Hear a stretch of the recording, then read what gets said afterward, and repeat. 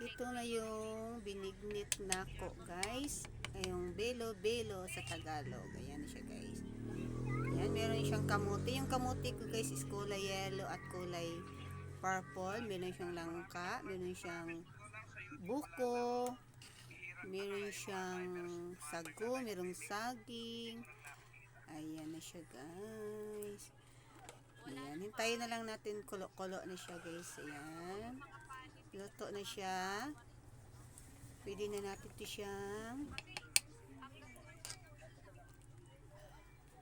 pwede na makain to, guys. Ayan, luto na, guys. So this is it. Ayan na, let's eat na. Tara. Tara na, guys. Kain na tayo. Ayan, bilo-bilo ni Nanay Jo.